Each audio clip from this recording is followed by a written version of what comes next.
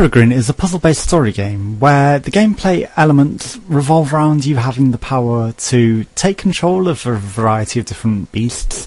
and with these you either solve puzzles or there are some action scenes which have been referred to play like Transistor, but never having played Transistor myself, it's hard to say. But the gameplay combat is essentially synchronous turn-based, so you decide what your turn is going to be, and then whilst your turn happens, the enemy actually, like Frozen Synapse, they take their turn at the same time, but obviously it's AI and not an online opponent. The problem I had with the combat is I felt quite railroaded into what options I had. For most of the combat scenes throughout the entire game, you had one option of what to possess, and it pointed arrows at this specific character, and you could not choose any other enemies to possess. So that narrowed down your options for a lot of the gameplay, and I'd prefer that that had been a bit more open, because being a puzzle game, it would have been nice to be able to experiment and play with the different enemies, whereas the way it was set out, most of the enemies were shielded, and whilst that becomes a thing where you have to then take out the enemy that is shielding them so you can take control of them, it's actually narrowed down the combat so much that you were railroaded into taking one enemy, and then this enemy you could then think, well, you know, this is the obvious thing to shoot for, I'll shoot for that, and then from there you attack the other enemies, and it very narrowed down the combat so that the gameplay was taken out of it quite heavily. You felt too railroaded in, too on rails, you know, you didn't have much choice, it wasn't much of a puzzle, whereas the combat could have been a puzzle in itself, and just decide which enemy to pick and, you know, who to attack from that enemy, and then work it out from there. And you don't always have to possess the enemies, because you can swing with your stuff as well, but if you get hit, you're a one-hit KO, whereas not all the enemies are. And again, this doesn't translate very well, that some enemies will have more health than they naturally would elsewhere. For example, the big guys, sometimes they'll take one hit, sometimes they'll take two. Mostly it's two, but sometimes it's even 3 or 4 hits before they go down, and there's no visual notification as to how many hits they take, so you can't really tell. It's just hope that you've done enough damage to them to be able to take them out with your staff. But again, with how railroaded into what your choices are, it's pretty obvious as to what you should attack from there and then what you should do. And by that standard, it was only in chapter 5 where I had any problems with the combat, and that was the last chapter. And there's one scene where you have options, and the actual option then is to take possession, shoot, depossess, use your attack, and then possess again, which is outside of the normal realm. And I'd have preferred it if there was more combat with more flow, rather than just take possession of this one enemy and then you can sort everything out, or there's one thing left, and then, you know, if this enemy then dies, then you take something else. And it just felt very constrained, and a bit too constrained for my liking. You know, it could have been so much better, but it felt like you were on a tutorialization throughout the entire game until chapter 5, which is the last chapter, and even then it was very linear and not very open with the combat, which is a bit unfortunate.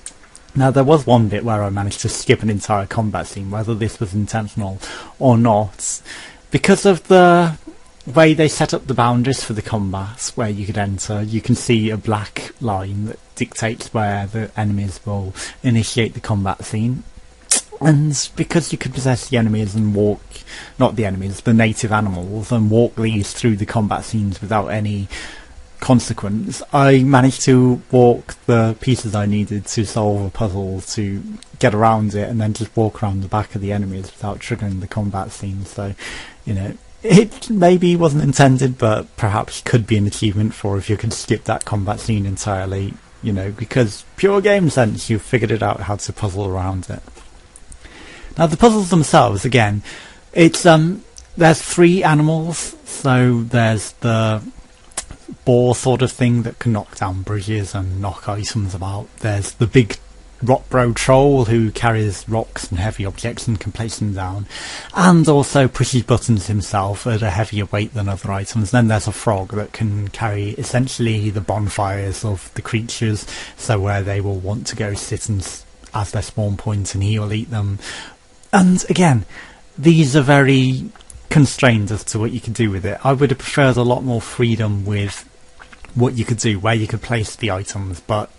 in puzzle sense they wanted you to have very specific places where you could place the bonfires, where you could place the rocks, but you could let go of your characters at any time and depossess them. But again, if there's a bonfire, they'll go to the bonfire and not stay at the point where you want them to stay necessarily. And if they're carrying anything, again, you have to put it down first, but because you can only put it down on very specific points, it made it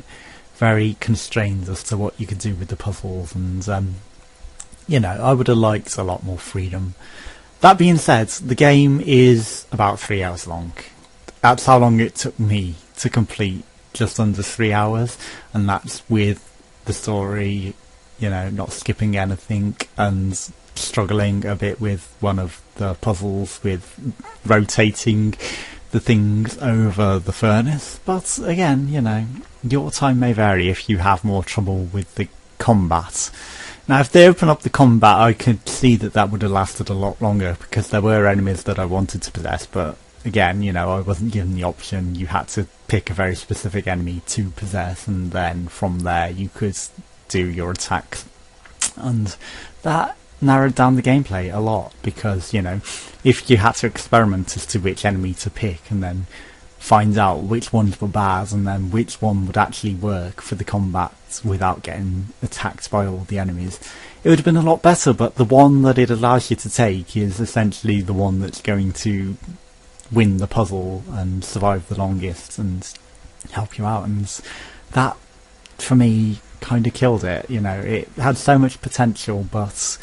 they constrained the gameplay elements so much that it was unfortunately,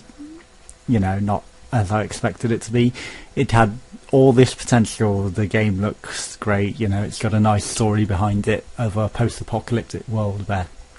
everyone who goes on this quest loses their memories, and you're trying to find out why and what happened to... It's not explained, but I assume it's her boyfriend or husband who went on this quest, and, you know, she's trying to find out what happened to him, and then all of the events in her past and her father and her mother who have prepared her for this, they help her to combat the effects of the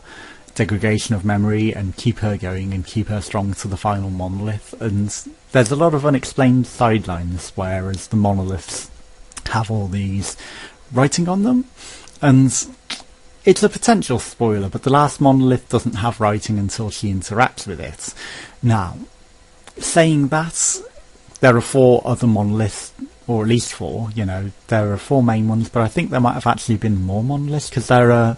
4 chapters previous, but I think there were some halfway through monoliths, and each of these could have been different people who have done their own quests, but obviously their destiny was only to go that far, and without them doing their part of the quest, she would have never continued it, because she didn't do the full quest. She didn't gather up all of the pieces that were required of the puzzle to complete the game without spoiling it too heavily. She encountered these from where previous people had completed these quests. Now, this provides the game opportunities for DLC, because obviously she goes through this and completes the whole quest, but there are these other people from the previous monoliths that have gone on to the island and gone through their own adventures, and maybe gone to areas of the island that she didn't go to, and completed puzzles she didn't go through in order to complete their own personal quests, up to, you know, point 1 chapter 1 monolith, point 2 chapter 2 monolith, etc. And when they complete their quests, they get their monoliths alive and lit up, and she only does the path for the final monolith. So they have the opportunity to add more puzzles, more gameplay and more combat, and, you know, open up the combat for those DLCs if they choose to go down that path. As it stands, It's £12, I believe, for the game. Now, for 3 hours of gameplay, I would probably say it should really be more of a £8 game than a £12 game, because, you know, it's just a big ask. Yes, you want the developers to make the money back that they've spent in developing this, and you can see that there is a lot of development into it and a lot of polish, but they constrained the gameplay just far too much. You know, if they'd have opened up the gameplay and the combat and the ability to place the rocks down, because, you know, there are clear points where you want to place the rocks and you want to place the bonfires and things like that, but you don't have to constrain it so much that you have to place it there and nowhere else, because that ate a lot of the gameplay, and essentially you were then just an on-rail story, and, you know, you were railroaded far too much into taking these decisions and taking these actions and not given the freedom to naturally play, which, you know, killed a lot of the gameplay and a lot of the enjoyment of the game, unfortunately for me. And there were points with the story where she keeps referring to things she's seen, but again, you know, you do have to keep your eyes open for the points that sparkle to go interactive story points. But even if you see all of those, because I'm fairly sure I caught all of those, she will make referrals to things she's seen in the past, but there were no storyline points where she goes, oh, you know, this is this, I wonder what this is, or, you know, something like that. And they do make referrals that make you think, well, maybe there should be some sort of backtracking story for an alternative path here. You know, maybe it's a bad ending, because obviously with the longer you are in the area, the more of your memory gets taken from you. So if you backtrack too much, you have all of your memory taken and you could never complete the game. But, you know, it's just these little touches that could have been there, because if you're going to make references to these things being in the past where she goes, oh yeah, I saw that, give the player the opportunity to interact with something where you can see that, because if you don't, then you're just sat there wondering, well, no, this didn't actually happen, did it? She didn't see that, she didn't mention anything about that, I've not seen that anywhere, and I've been keeping my eyes out. So, you know, it's just a couple of minor gripes. But that being said, it's an enjoyable game. It's just a little too constrained for me, and, you know, maybe a reach at £12, so maybe during a sale you could get it a lot cheaper. But, you know, as a start, it's alright, you know, it's not bad. It's just, I felt too railroaded with the combat, and that was unfortunately the big point. You know, it's the big selling point of the game, and then, you know, if you've constrained it that degree that you don't have the freedom that you really need for this game to choose your enemy and then make your decisions and live with them and then fail by them, you're not going to fail. You know, there was only one combat scene throughout the entire game where I even died, and that just isn't what I was looking for in this game. You know, I wanted it to be more of a challenge and not so constrained, so unfortunately that's where it failed for me. But if you want to check it out for yourself, it's on Steam now, Peregrin, and it's promising. It's just they need to open the combat way more, and, you know, it failed on some of the degrees that it really should have excelled at, because it had so much potential and it looks like it really could have been a lot better. So hopefully if they do some DLC, they will expand it so that you can have this freedom of combat and freedom of puzzles, because that is what I would be looking for, you know, not just, oh, there's only this point here where you can place this and that's what solves the puzzle. And, you know, I would like a lot more